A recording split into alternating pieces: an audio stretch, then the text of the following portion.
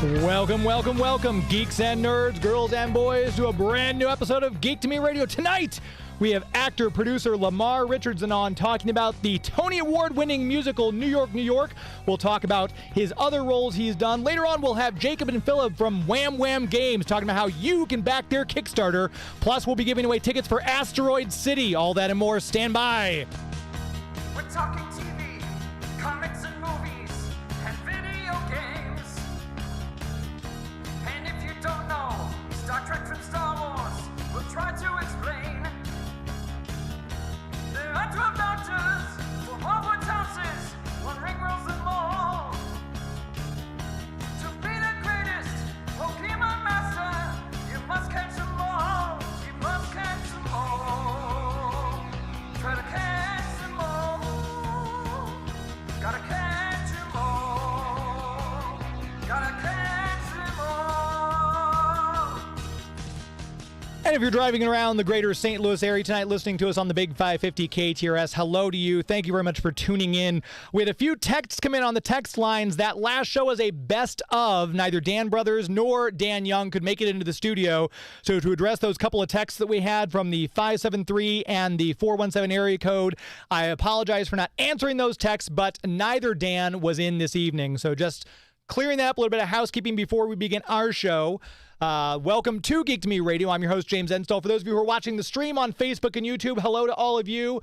We have video, which means Joey V's in the house with us running the video tonight. And of course, if you're hearing us after the fact in whatever format you listen to your podcasts, we appreciate you tuning in there and listening, and hopefully you've already subscribed, left us a 5-star review. That always helps us in search engine optimization. It makes Joey V smile, which I love to see. A full show tonight. We're going to go right to our first guest. He is I just cleared it up before, so I can say this, a Tony Award winning producer for the New York, New York. They took Best Scenic Design at the recent Tonys, was just last week, I guess. He's done a lot of acting. We're going to get into all that and talk about the upcoming Broadway Spring 24 revival of The Wiz, which has me very excited. We have Lamar Richardson. How are you, sir? I'm well. How are you? Good, good. I appreciate your time tonight on a Sunday, hanging out with me on my radio show. Thank you so much. Yeah, thank you for having me. It's a pleasure. So congratulations on the win, Best Scenic Design from your designer Beowulf Borit for New York, New York. It's got to be, you as a producer, you pour your soul into this, and then to see it take home that win, it's got to be very gratifying. Yeah, it's so gratifying, and he's so deserving. That set is beautiful. I just saw the show again yesterday, and it's really a stunning set, and he's so deserving of this recognition. Now, did you attend live? Because I know some people are like, oh, I had something else going that night. I had to fly out to L.A. to do this or that. Were you in attendance at the Tonys last week? Yes, I was there. I was there with bells on. Literally with bells on. I think I would have seen you if you were wearing actual bells. The outfit would have stood out more. Yes, I was there. It was a great evening, and you know, I'm so happy for all of the winners. It was a wonderful season of theater.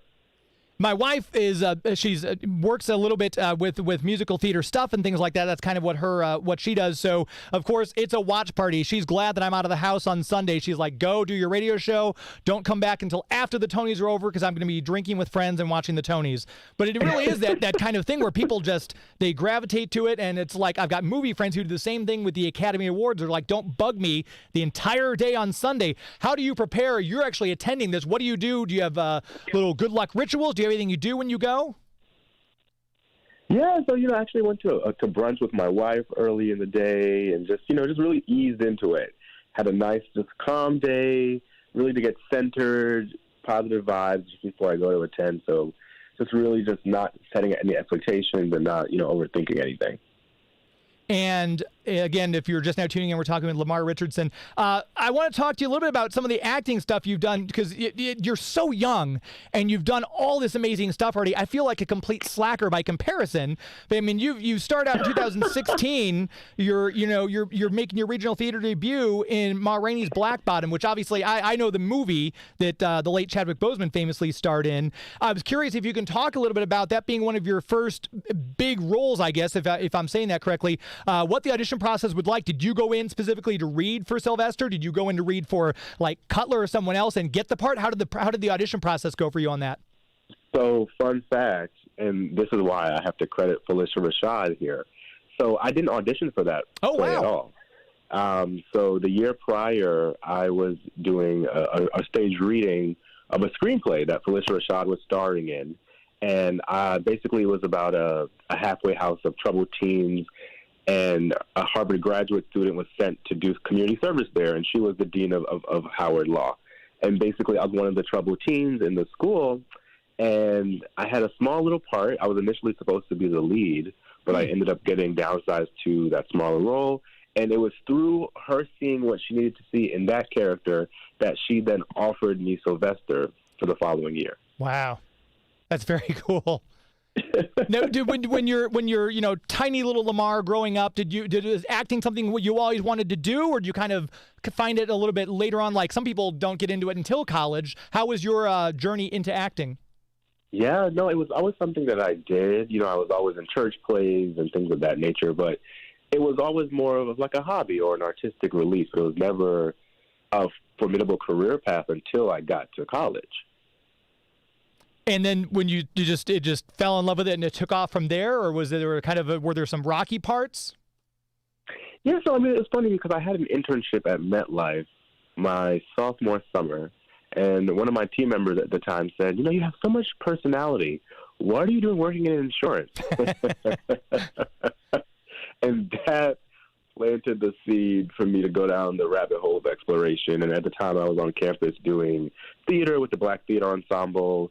And it really just was like a perfect meeting of the minds, and everything just ended up happening and falling into place that way. And then to get into the producing side of it, my wife was asking me about this the other night. We were talking because we saw that on some of these movies and TV shows we watch, some of the actors are also producers. How did you get into producing? And for the layman people like me, what all does that entail as a producer on something like a Broadway show? Yeah, so after a decade of solely pursuing my acting career at this point, because although Rainey came in 2016, I was doing background work and things of that nature starting back in 2013. So it's been a decade of truly just auditioning, waiting, booking jobs here and there, and just going down that path. But following the pandemic, I just really had this come to Jesus moment where I realized that, the industry is ever evolving, and I would have to take a more active part in creating a career for myself. Otherwise, it would fizzle out if I'm being fully transparent.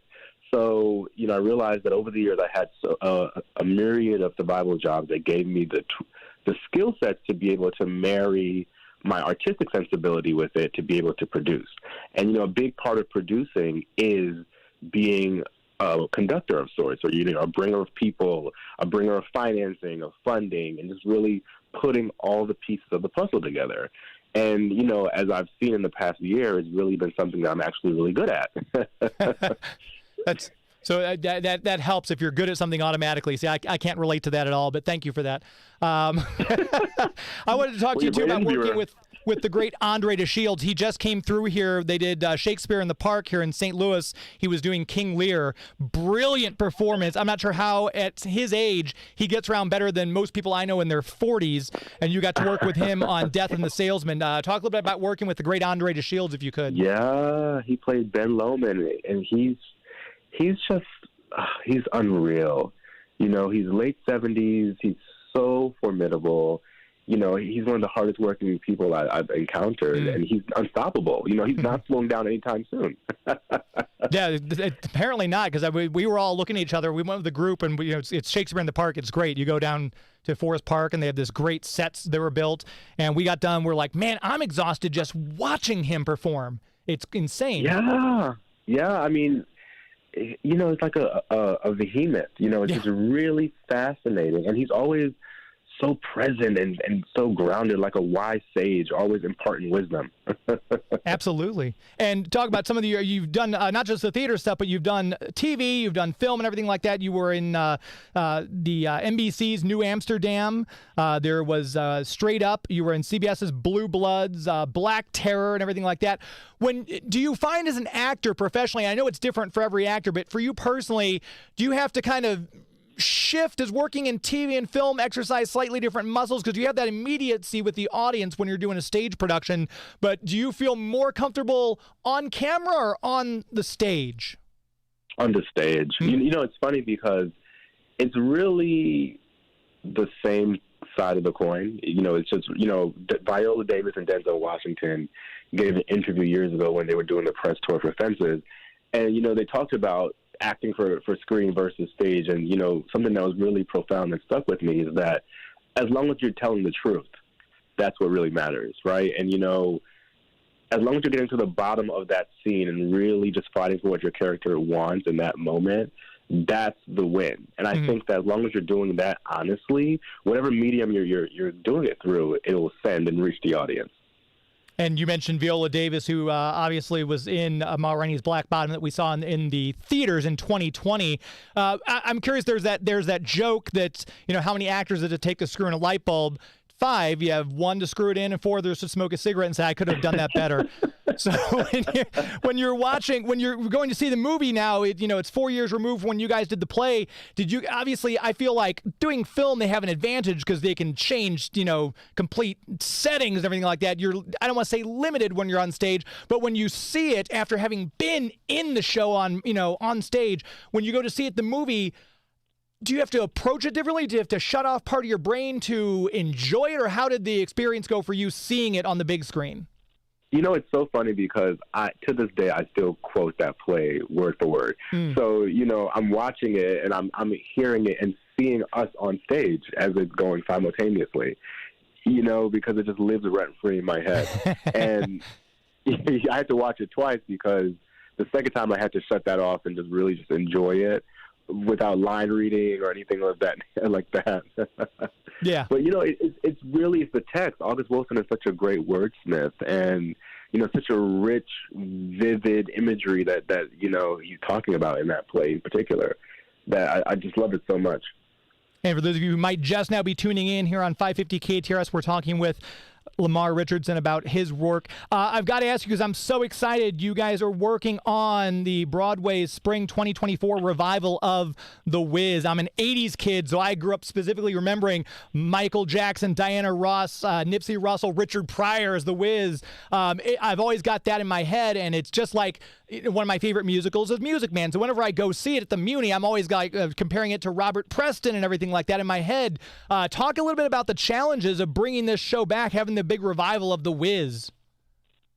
Well, our lead producer, Brian Moreland, is doing such an amazing job with Kristen Kasky and Mike Isaacson. They're the lead producers, and they're putting together such an amazing, dynamic, creative team. Every single department, from the wig design to the lighting design, they're pulling film and television greats. There's Oscar and nominated, Emmy nominated. The team is just stacked. And, the cast is now being announced. And, we have, it's crazy, there's Wayne Brady, and there's Deborah Cox, and there's Melody Betts, and all of these legends, Yeah. So, they're really not coming to play here. And I think that, it's a whiz for the times, and it's going to be something that's never been seen before and reimagined in a great way. Amber Ruffin is working on the book. It's just going to be something to see, something to behold and witness. I'm just going to put it out there for you, Lamar. I'm a big fan of Return to Oz, so I think that should be turned into a musical with those scary wheelers and the woman who takes her head off. I'm not sure if you've seen that movie, but I'm just putting it out there. I've heard about it. And if you need a voiceover for TikTok, the Mechanical Army of Oz, I'm your guy. Let me let me know. And with all the other work you've got going on, obviously you've got this Tony win under your belt now. Not to say that what's next, because it sounds like you're very busy, but if people are kind of looking to see what they can see you in next, what might you be working on that people can look for you? Yeah, so Richard Lawson has a film adaptation coming up. It's called Black Terror. And that's a film, it was just at the Cannes Film Festival recently, and it's going to be having its premiere here soon. I have a part in that film. And other than that, I'm auditioning, working on a few TV projects and things of that nature. So it's just, the writer's strike is happening right now. Yeah. So we're all hoping that everything is done right by the WGA, and we're standing in solidarity with them and looking forward to an agreement being reached so that everyone can get back to work. And then, exciting for what's to come after that. And maybe you can speak to this a little bit since you mentioned the writer's strike. This being, but they had the Tony Awards go on during the writer's strike. I'm just curious from the behind the scenes thing. How did things work? Was it a lot of more juggling of stuff by other people, or obviously the people who were presenting and the host did fantastic work, because usually all that stuff is scripted out ahead of time. Just kind of curious from your standpoint, how did you think this year went in the middle of a writer's strike? I really commend the American Theater Wing and the Broadway League for being able to pull this off. Ariana did a really wonderful job given the parameters of what had to be done. And I think that from an audience perspective, being in the room where it happened, it was very seamlessly done, all things considered. I think that it was wonderful that everyone could still come together and celebrate an excellent theater season. And, the Tonys are super important for our marketing efforts. And, so many of these shows rely on having an audience see them to be able to become aware of them. So I think that it was really done well. We were all stressed and panicked leading up to it and reading all the headlines and not knowing what to expect, but really, really, really would give 10s across the board, because I think that it was very nicely done. Yeah, it's one of the, there's always something new, like the season when the Academy Awards, or maybe it was the Golden Globes, had no host. They just had guest presenter every time. I kind of like something a little different. I thought, like I said, I watched what I could here at the radio station with the sound muted most of the hour.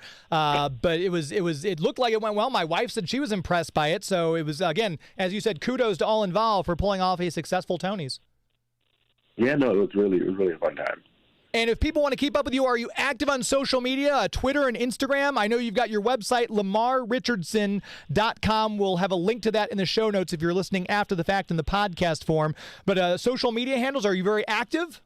Yes, very active on Instagram. It's just Lamar Richardson _. And then on Twitter is my favorite platform. It's Lamar _Alfonso, ALPHONSO. Perfect, and we'll have links to those as well, so you can keep up with all the stuff Lamar is doing. I really appreciate you taking the time on a Sunday night to jump on the show with me. Continued success to you, and I would love to have you back on once the Wiz is up and running so we can discuss all of that. Yeah, I'd love to. I'll be back anytime. Thank you. It's really been an honor and a pleasure. Thank you so much. Be well. You too. Have a great night. You too. Thanks.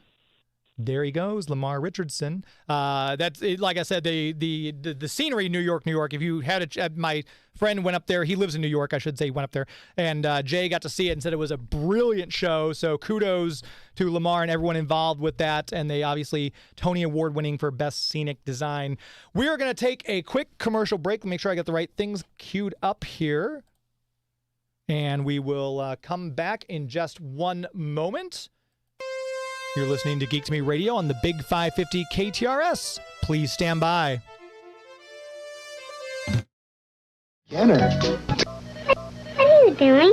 I'm playing Walk and Chase, a video game cartridge you have to buy separately to play on the Intellivision video game system. Why are you talking like that? They always do. Then they say your parents have to hook it up to the TV. After that, you can start to pick up cold. Trouble is, the police are coming, so you have to keep both eyes on the game. Oh, brother.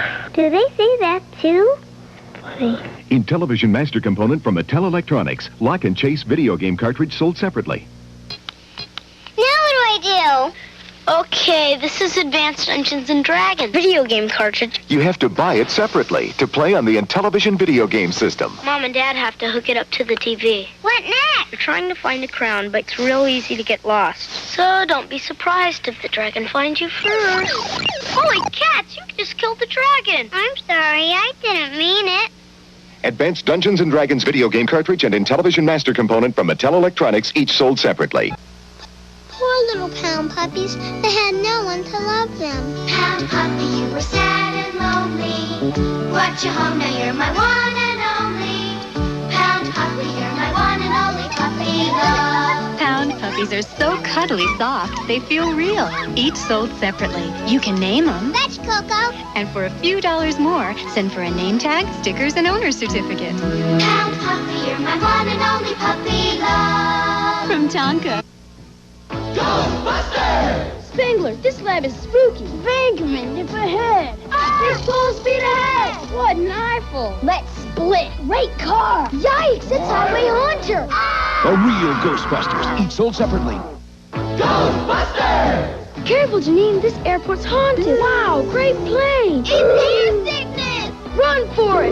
Hey, mister, how about a lift? This wicked ride. The real Ghostbusters, each sold separately.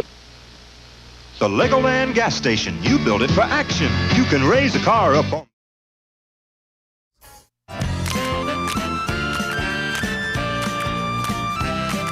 Hi, this is Henry Winkler. You're listening to Geek to Me Radio. Sunday, Monday, happy days. Tuesday, Wednesday, happy days. We are back. Geek to Me Radio, heard here on the Big 550 every Sunday night, 10 o'clock Eastern, 7 p.m. Pacific, for those of you who might be tuning in on the app or online. Want to make sure we tell you about our food partner, Steve's Hot Dogs. If you guys been down to the St. Louis City, been to that stadium, and you want to pre-order your food ahead of time so you can get your Steve's Hot Dogs, go straight to your seat. The best way to do it is go to Steve's Hot Dogs STL, put in the code GEEK to me at checkout. You save $5 off your order of $25 or more. So if you've got a big group going to the game, that's going to help out. And, you know, like I said, you pre-order it, you get it right there, you go in, and you're good to go. They also, you go to visit the location there on Grand. You can play Miss Pac-Man while you're waiting for the food. You have all the aromas hit you. They've got the bar that's open. They've got their celebrity bartenders will come in occasionally too. He's got a list of all the updates and the things that are going on each week. You can check that out and come in, get some, served by someone cool while you're at the bar. And of course, I always say the bucket of fries, because I'm a fat kid. Those fries they have are the best fries in St. Louis. So if you're getting one of their choice hot dogs, you may as well get one of those big basket of fries for the table to share, or maybe for yourself if you're not in a sharing mood. Either way, you're not going to go wrong. Steve's Hot Dogs, it's good food. And again, use that coupon GEEK2ME at checkout at Steve's Hot Dogs STL. That way, if you want to order from Grubhub, or if you want to have it brought into your house, you're saving some money. Your wallet and your tummy will thank me. Again, Steve's Hot Dogs STL.com. Very glad to have them as our food partner. And that coupon code is going to go away here at the end of the month, folks. So use it now. GEEK2ME at checkout. Steve's Hot Dogs STL.com. I want to mention very quickly, we've got pairs of tickets for Asteroid City. I see you in the chats. We've got Chance in Atlanta. These won't help you, unfortunately, my friend, because the tickets are only for the St. Louis area. But I see David is in the chat from St. Louis. If you're listening and you would like a pair of tickets to go see Asteroid City here in the greater St. Louis area, here's all you need to do. We've got the KTRS text lines at 84126. All you have to do is text me the name of your favorite Wes Anderson movie. The first 8 people to text me the name of their favorite Wes Anderson movie at 84126. We will take note of your phone number. We'll get back to you to get your address, and we'll send those tickets out for a pair of tickets so you can take a friend with you to go see Asteroid City at a theater here in the greater St. Louis area. Marcus Theaters. Joey put this reminder up there for me. Thank you, Joey. It's a Marcus Theater that you will go see Asteroid City. With that all said, we've got the housekeeping out of the way. We're in studio. We've got people who actually came to see me. I'm so excited. We've got Phil and Jacob from Wam Wam Games talking about their Kickstarter for their brand new game, Shiner, the Prohibition Moonshine game. And we're going to be demonstrating that as well as their game that's out now, Turn for the Worst. Guys, thanks for coming in the studio tonight. Thanks so much for having us, James. Yeah, we're excited to be here. Yeah. I'm excited to have you. It's not often we get company. Usually it's just me and Joey, and Joey's like, I wish you'd bring other people in. So this is nice for him too. So we're excited to hang out with Joey as well. He's a very cool guy. Yeah. That's my highlight of my week. So, absolutely. Talk a little bit about, tell people what Wam Wam Games, how it started, where it came from, and all that. So I mean, we've loved games forever. We're brothers. Not a lot of people see that right away. Normally, we're matching shirts. That helps. But we like to do things together for our birthday. And one year we decided to go to Gen Con, which is a big national board gaming convention. We had a blast, and we just saw a lot of amazing games, but also a lot of kind of mediocre ones. And on the car ride home, we were just thinking, like, we could do that. Let's make a game. And we started out just being something we did for fun, and then, COVID hit, and that meant we had nothing else to do. So we just really dove into making things. And the first game that we made isn't out yet, but was really good. And like all of our playtesters loved it. And we thought maybe this is something we could actually do. And so that led us to making Wam Wam Games as a company. And our first game that came out was Turn for the Worst. It's a rummy style hot dog game. We might play that a little bit today. it's been getting really good reviews and people are loving it, and we're just having a blast making games. Yeah. Well, and of course, Turn for the Worst was a clue on Jeopardy on May 16th. Amazing. Yeah.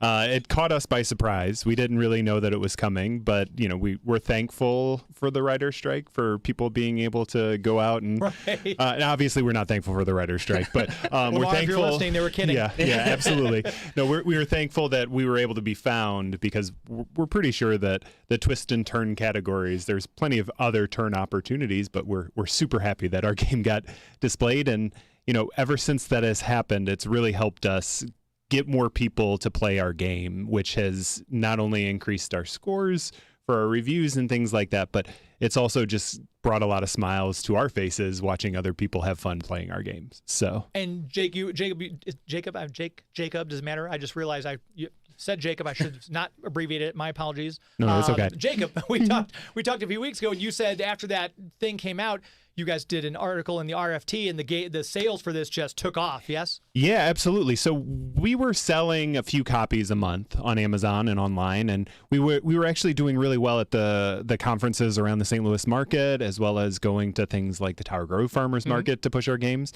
But we went from selling a couple copies to, 10 times the amount. Yeah, our online sales just took off. It's been booming. We've had to resupply our fulfillment warehouse twice now. And it's been great too, because we've been seeing people playing our games in other places and hearing people talk about our game. And it really is a fun game to kind of get people into some of the more complicated board games and card games that are out there as well, especially being a rummy style game. So it's easy for people to pick up, which is always fun. And for those of you who are listening also, obviously, because they're in studio with me, they're here in St. Louis. So if you're local, this is a local company, and we always talk about, supporting local and doing the small business thing. So they've got a Kickstarter out, and this is where you, the audience, come in. The Kickstarter, and we've a lot of great products. Comic book creators have been going to Kickstarter to launch their things. People doing games, independent films, and things like that have been taking off on Kickstarter. It's really changed, no pun intended, the game. Yep. So if you, either one of you want to talk a little bit about the Kickstarter for the new game. Yeah, absolutely. So our second game, which is on Kickstarter right now, as you just said, is called Shiner. So it's a Prohibition-era moonshining game. The goal is to make as much moonshine as possible in a 5-card poker hand. And so it's a real quick micro game. It's an 18-card game, the premise being as much gameplay as possible in just 18 cards. And it all just kind of started as a thought exercise for us. We're just like, that seems fun. Let's see what we can do with it. And then we sent off to some artists, and the artist that got stuff back to us just blew us away. Just made a really beautiful game. I've always said, you can have a good game with bad art, but you can't have a great game unless you have great art. Yeah. And I think it's the art that really, is going to push and sell this one forward. It's just 18 cards, but each card is just beautiful, beautiful artwork. I don't know if the camera can see my cards. The camera's on you both, so if you want to hold one here up. It all up high. Yeah, let me get to a good-looking one then. Not that they're not all good-looking, but like different character cards that are all moonshining era kind of things going through there. So they've got that Art Deco look, the neo-noir art style is kind of what we're going for. Is that visible there? Yeah, I can see. There's a little closer. Yeah, they're right up there. I'm going to hold them up. Those are our cards. And even like the back of the card has just, really beautiful artwork and really just great stuff on that. Yeah. And for people who are interested in quality, this is our printed home version. So we don't have any of the physical copies from our manufacturer yet, but all of the gold will be foiled and 350 GSM black cardstock, if that means anything to anyone. So it's a really nice, really nice, thick, heavy cards. So it's going to be a very, very beautiful game when it comes out. But it's also one of those games where anyone can play it and they can win playing it. But as you play it longer and as you play it more, you'll start to come up with more strategies to be able to push points and then steal them, or all that fun stuff as well. And we'll get a chance to play with some of the rounds with you as well. And we have Amy Robertson in the chat says, we proudly display our autographed copy of Turn for the Worst. It is a super fun game. So thank you for that, Amy. So I'm assuming Amy's going to jump in on the Kickstarter too, probably. I hope so. Fingers crossed. It's one of those games too. Like you very kindly gave me a copy. My wife and I started to play it, and it's such a fun game. And it's one of those things like if you're a gaming novice, you don't have to be an expert. Joey, we were all talking here in the studio before the show started. It's like some people are like, I'm not really a big gaming guy. There's a lot of rules, but it's a simple Turn for the Worst is a simple game to play. It's not complicated. Absolutely. If you've ever played a hand of rummy or gin, really the only trick that you're going to have to pick up on is you draw 2 instead of drawing 1. Aside from that, you're still working towards completing certain sets or runs within the game. And the artwork is also very, very fun with it as well. If you get a chance to check out some of the artwork that's on our website or on the Amazon site as well. It's very Exploding Kittens like. Yeah. It's not as good as the oatmeal artists that are out there, but there's a lot of fun stuff. And it is a St. Louis artist. So a guy that we went to high school with, his name's Mike Shaw. I believe he works out at Enterprise. Oh, nice. Okay. But he's a close friend of ours, and he did the art, and he's got his own Schmo Comics on Facebook if you want to check that out as well. Nice. But St. Louis has such a great art scene, especially for graphic artists and designers. Obviously, there's a ton of different game companies that are here. A lot of the people that play a lot of games don't know that a lot of these games are actually either shipped to St. Louis and through a publisher here or designed and made here as well. So, Sentinels of the Multiverse, obviously, with Great Earthen Games, if you're a big gamer. Gray Fox Games is here, which is a lot of fun. They have some really great games that they've designed and that have been successful on Kickstarter. Or if you're into organization for your games, Game Trays is here in St. Louis as well. So if you have games like Settlers of Catan or Ticket to Ride and you need some better way to organize that stuff, they're great for that as well. And they're all here. And you'll see them at the Geekway conventions and some of the other ones around the area as well. So there was just an anime convention in St. Charles a couple months ago, I think. Do you, when you, I know you set, because I've got pictures of you set up at games at conventions and everything like that. Do you do well at the conventions, or is it kind of like depend on the convention and does it affect your sales once you've gone to a convention? Do you see a bump? So if it's our first time there, we usually do pretty well, just because it's a new game and new designer and something that they haven't seen before. But, we actually do fairly well at our local convention, Geekway to the West, which happens, I think it's the second week or the third week in May every year. And it's right up here, right out off of the St. Charles Convention Center. Yeah, that's right. We've done things like Sin City Con and Cincinnati. Usually those are more about us getting out there and meeting the people that we want to play our games. Yeah, sure. But we usually cover our costs. So conventions, I think, are dependent on how many copies you have, or how many varied copies you have, right? So we only have Turn for the Worst for our first few conventions, and now that we'll have Shiner and some of the other ones, we're getting more traction within those different conventions. So, but we actually do really well at farmers markets in the St. Louis market. Yeah, it was always a strategy for us, launching kind of a guerrilla way to get our games out there, and we're demoing it for 700 to a few thousand people if you go to the Tower Grove Farmers Market. Neat. Yeah, when awesome. we do those as well. So, and then we have a few conventions coming up.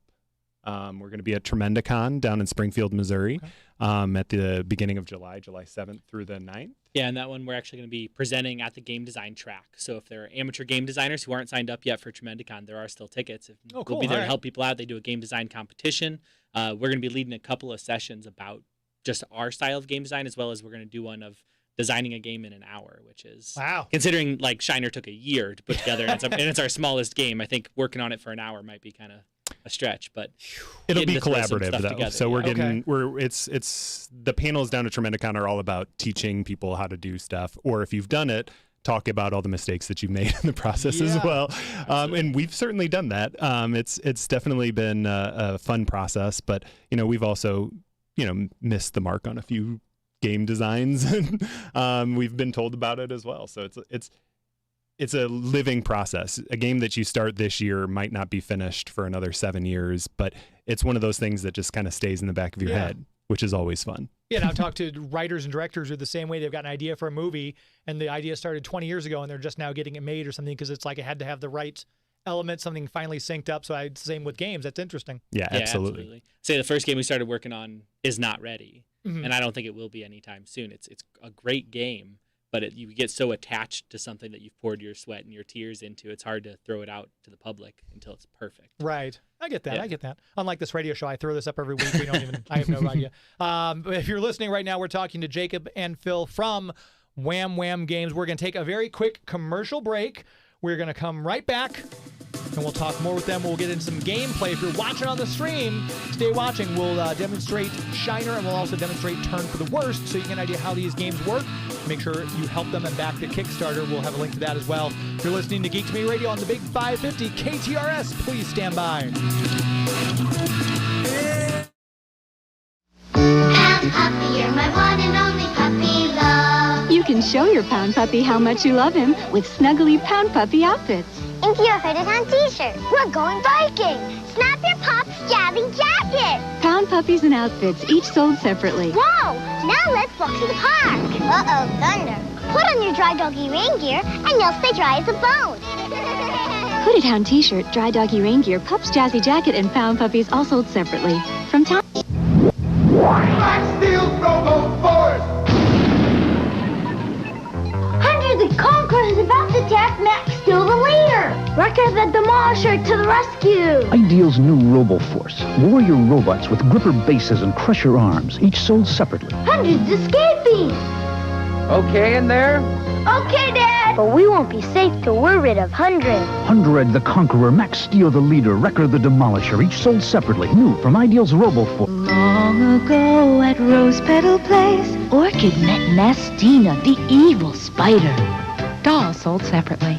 Oh, no, Orchid. It's Nastina. Wait till I tiptoe through your tulips, Rose Petal. Watch out, Nastina. The sky is falling. I won't fall for that. Gotcha. That'll keep her in her place. Rose Petal, Nastina, and Orchid dolls come with all you see here, each sold separately. New from Kenner. Seawee's Tropicals. It's Kenner's Seawee's Tropicals. Camille, Baby Cascade, and Pelly Pelican. She's tan, has pretty blue hair you can comb, and looks cute in a little grass skirt. You can collect Flora Tropical, Baby Finella, and Little Dog de Bloom. Seawee's Tropicals. Seawee's Tropicals. Camille, Baby Cascade, and Pelly. Other Seawee's Tropicals sold separately. Introducing the new Play-Doh Mop Top Hair Shop. Well, they're the mop tops, the Play-Doh mop tops. Just turn the chair. They grow Play-Doh hair. They're the mop tops. You can comb it, wave it, style it, or shave it. The Play-Doh mop tops. You can let it grow down to his toes. They're the mop tops. From the Play-Doh Mop Top Hair Shop. The Play-Doh Mop Top Hair Shop, sold with everything you see here. New from Kenner. Here's Sit and Spin from Kenner. You can spin. This is Kevin Conroy, the voice of Batman. You're listening to Geek to Me Radio.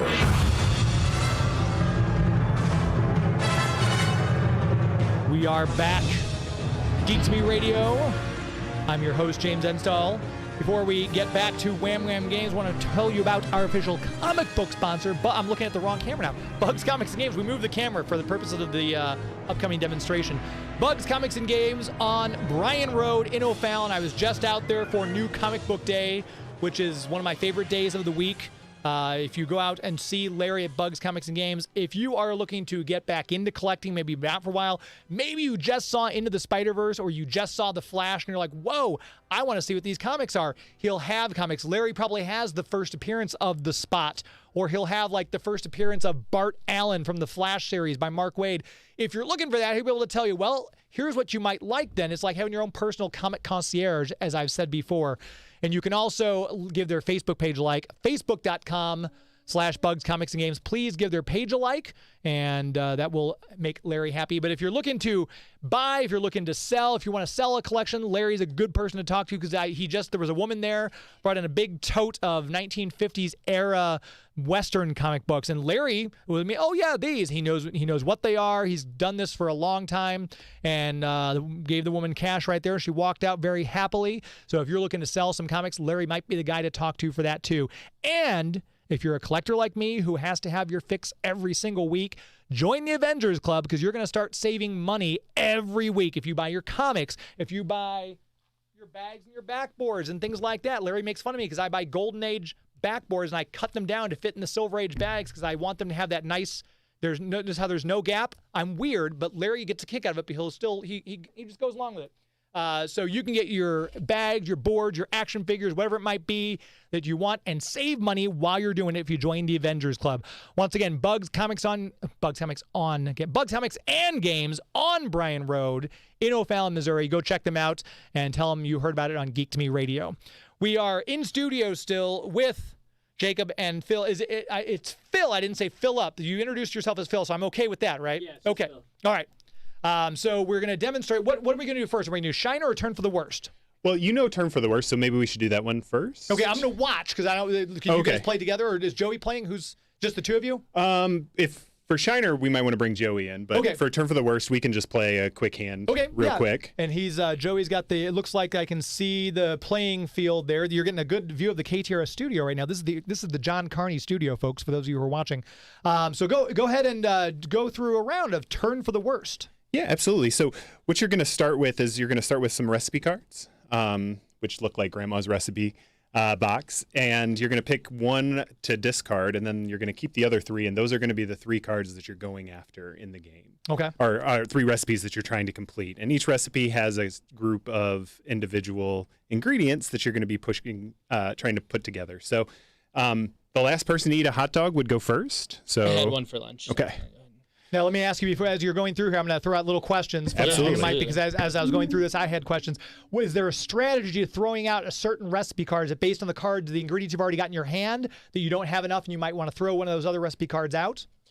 That's why I threw mine out. Not so much the ingredients are in my hand, but I had two different recipes that used the same ingredients in different combinations. And so I didn't want to get stuck looking for something that I wasn't going to be able to pick up in the end. Gotcha. Okay. All right. So you've just played. That was your first move. Yeah. So I drew two and then discard one card into the discard pile. Okay. Absolutely. Not anything to play yet. It can also just be your play style as well. There's so many different play styles within this game where you can easily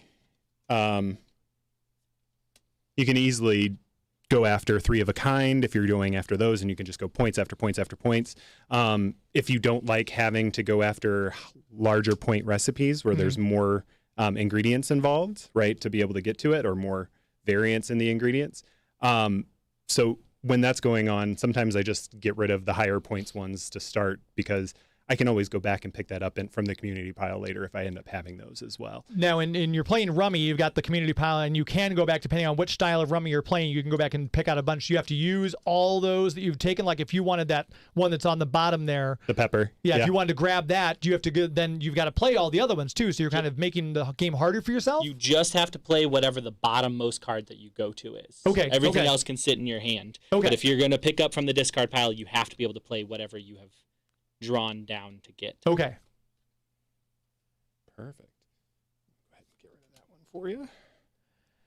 Now, as you're going through too, this isn't like Rummy where you're trying to go out before the other person. Is that the for those people who are watching everything like that? Yeah. So within the Rummy rules, obviously you're trying to score points and go out before the other person. Within this, you can go through and try to be the first one out, or you can try to score the most points. You're going to reduce your point total by one for every card that you have left in your hand, whether that's a recipe or an ingredient.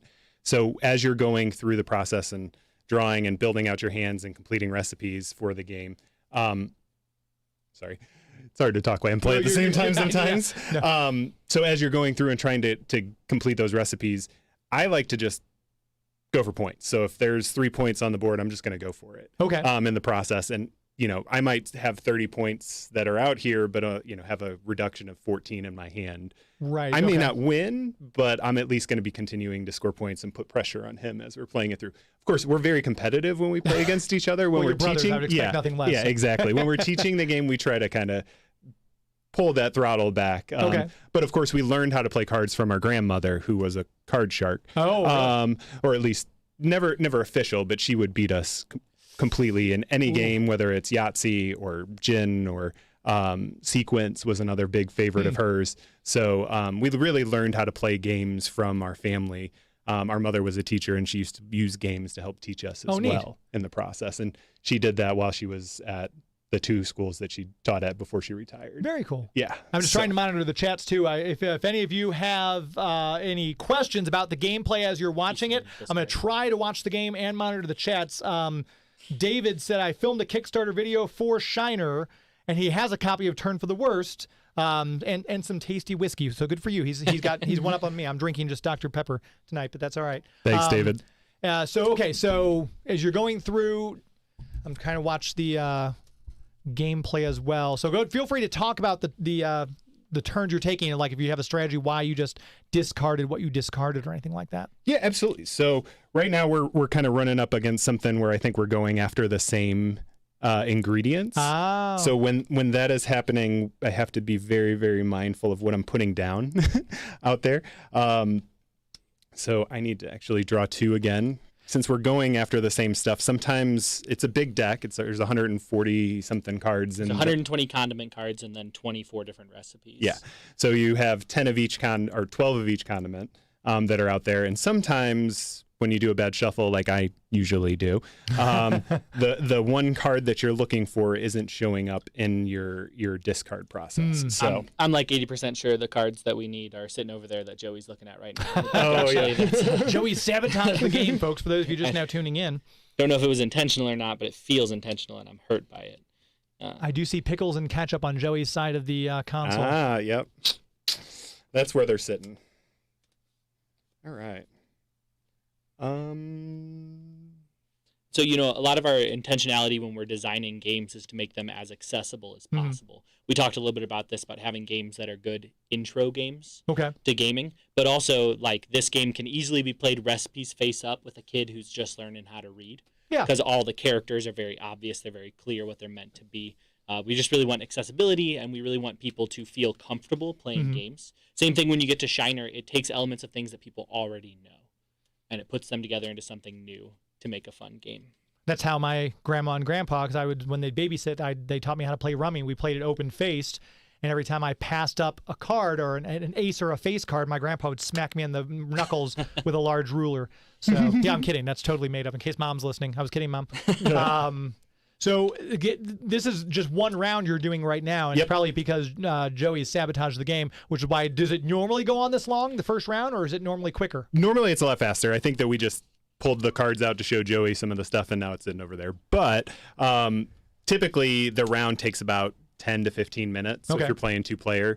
And it can go from, I've played this before, and I completed 2 recipes just in my initial hand, and that would go out very quickly. Wow. So rounds can take as short as 2 or 3 minutes, and they can go as long as 20 minutes, depending on how competitive and whether or not we're actually paying attention to what each other's putting down and picking up. I know I'm having you talk to me. And absolutely. Now, Joey, did you intentionally sabotage this game for the purpose of the show? I'm running video over here, and they asked me to play, so I am completely distracted, and the artwork is so good. I'm looking at an SNL sketch right now on one of my cards. 100% actually, yeah. We've got the Pepper card, and we've got DeBears right there. Oh, yeah. So I'm looking at George Wendt. I'm looking at Chris Farley here. And I just got distracted. See? And I'm loving this mustard of him just gagging on a hot dog, and his eyeballs are popping out like he's going to puke all over his apron. Poor mustard. Oh. So sad.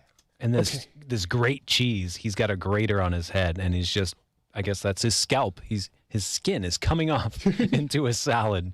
So I love this artwork so much. My goodness. Now, is this the same artist on this? Did you use a different one for Shiner? We did use a different one for Shiner. So our buddy just did this part-time. He has a little bit of free time, and so he, over, I want to say, a period of 6 or 7 months, he completed all the artwork and did all the graphic design for us, and we weren't really pushing or rushing or anything like that. But once we decided that we wanted to do Shiner and we wanted to make that our next game that we're going to push out and publish, we kind of started reaching out to other artists online and across the board, and we found a great one in Italy, actually. So, nice. Yeah.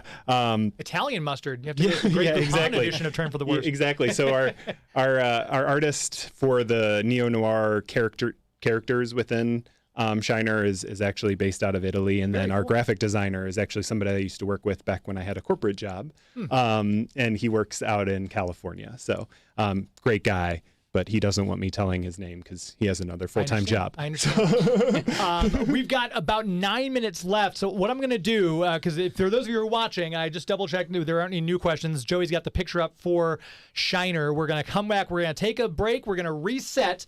We're going to come right back, and we're going to do a quick walkthrough of Shiner, and then we'll wrap things up. Again, we've only got one winner so far for our Asteroid City tickets giveaway. Again, just text me 84126. Just text me the name of your favorite Wes Anderson movie. I will get your information. We'll send you a pair of tickets to go see the new Wes Anderson movie, Asteroid City, here at a local Marcus Theater in St. Louis. You're listening to Geek to Me Radio on the Big 550 KTRS. Each tear that falls from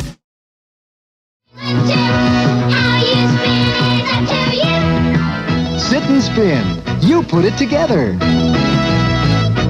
From Kenner's Discovery Time. I love nuzzling up to you, Wind Whistler. You're so soft. So soft, my little pony. My little pony is so soft to touch. I love the way you feel my so soft pony. Paradise. So soft, Shady. pony. Wind Whistler. Ribbon. So nuzzly Lofty. soft, you're gonna love her. Each sold separately. They're so soft. So soft, My Little Pony. Shady and other So Soft ponies sold separately from Hasbro. Supernatural. Now you can join the battle between brave Lionheart and evil Skull and their eerie ghostlings. Lion, you're dying. Now, Master. They change to fight with ghostly might. Turn them into the light, and they change into even more powerful creatures. Now, the lion in me is free. Take this. Supernaturals. Lionheart, Skull, and Ghostling sold separately. New from Tonka. H-I-T-S-T-I-A. Something. And an amplifier too. But you don't need drums to make these sounds. It's true. Hit six. Hit six. Play them in the air. You can play them anywhere. That drives you crazy and you're about my tune. Hit six.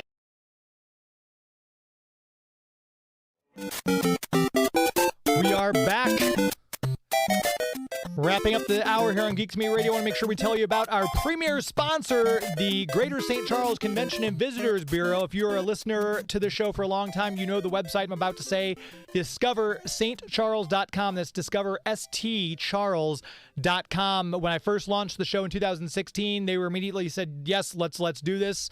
They've been with me ever since, and they're a great partner to be with. If you've not been out there to do anything lately, if you want to get out of the house now, that, I mean, we're so lucky right now. This has been probably the nicest weather for June that I can remember. It's not been too hot. We had a little bit of rain today, but if you want to get out and enjoy this weather, no better place to do it than downtown St. Charles right there. You can bike ride the Katy Trail. Don't have a bike, you can rent one from the Bike Stop Cafe. You can go out and hang out, play Frisbee. You can play Ultimate Frisbee. You can take the dog for a walk. You can hike. You can just walk up and down the street. You can grab some great food. You can go to some great shops all along North and South Main. And as we talked about in the beginning of the show, that's all made up of these small businesses. And in this economy, it's never been more important to support these small local businesses. If you are from out of town, like my first guest, Mr. Lamar Richardson, you might want to plan a trip. Maybe you're wanting to get out and see something new after you won a Tony Award for your musical. You might want to come and visit St. Charles. So check it out. Whether you're out of town or you're here locally and just haven't been across the bridge for a while, start at the website to plan your trip, discoverstcharles.com. That's discoverstcharles.com. As I always say, it's an historically good time. We are still live for the next 5 minutes or so with our friends Phil and Jacob from Wam Wam Games. They did a demonstration of Turn for the Worst, and now this is their brand new one. If you liked Turn for the Worst, you want to get in and back their next game, the Kickstarter is now active and live. There's a link in the show notes. We're going to see a demonstration of their new game, Shiner. You had me at Moonshine, but for everyone else who might want to actually play the game, go ahead and talk about how this one works. Yeah, absolutely. So we'll teach Joey as we're going through. Just make a hand for him as we're going along. Okay.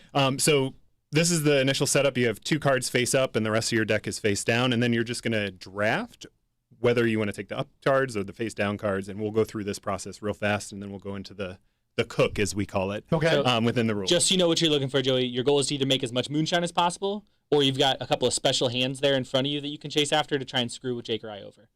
So that's your plan on that. And we're just going to do that by collecting cards really quickly. If you take a face-up card, we'll replace it, or you can go for a face-down card if you don't want us to know what you've got. I'm a huge nerd, and so I always like to know every little thing about a game possible. The beauty of this game, it's only 18 cards, so you don't have to keep track of that much. But you can go ahead and go first. You can take face up, face down card, your call. You'll start it, and then we'll go clockwise around. Joey takes a face down card. And they each take a face down card as well. I feel like cool. I'm going to watch the stream over there. And it's background to you again already, Joe. So we're going to keep doing this until we have 5 cards in our hand. That'll leave 3 cards left on the table. And those 3 cards left on the table will be blind, and we will chase after them in just a little bit. So the different cards you can get going after this is your mash, which is what you would make moonshine out of, right? And in this situation, glad to know. In this situation, the various mashes are potato, corn, or fruit, as those were the 3 most popular moonshine there. There are also cooks, which multiply your score, federal agents, which divide your score, make it worse, muscle, which will you can use to counteract a fed in your hand, or transportation, which are used for the special hands that you can go after in that situation. All right, and this should be our 5th card each going around here.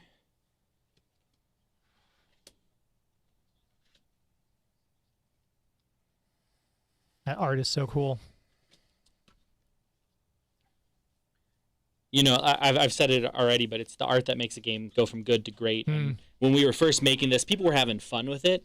But once we got that first image back, the first really beautiful image back, that's kind of what sold it for us. So the next set of the game, now that we've collected our cards, is we'll do up to 5 rounds of stealing, swapping, or passing. So how that works, if you want to steal from one of us, Joey, you take a card out of your hand, you put it face down in front of one of us, and you blind draw from our hand.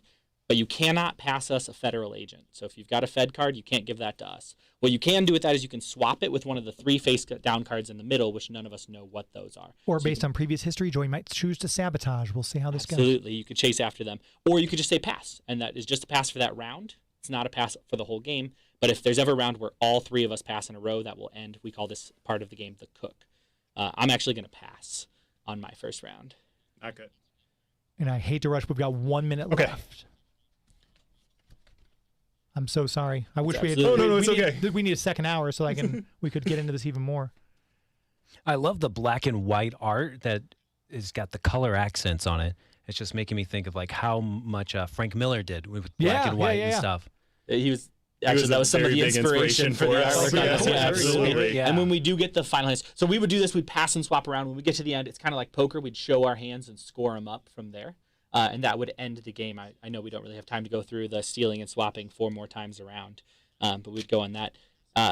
Yeah, I love that you like the color pops on there, especially once we get the final copies with that gold foil going around the outside. They're going to look really classy cards. I've had a couple people tell me on our Kickstarter that they backed it for 2 copies, and you can put 2 copies together to play more people. Oh, nice. But they backed it for 2 copies just so they could put one up. Thank you guys so much. This is so cool. Yeah, this has been great, and we're playing the outro music. So really quick, tell people where they can find you. We'll have the link to the Kickstarter, where people can find you online, social media handles, websites. Yeah, absolutely. WamWamGames.com. That's WAM Games, and we're the same thing on all the social medias. Just WAM Games, and you'll find us on there. Or if you go to our website, there's links to everything on there.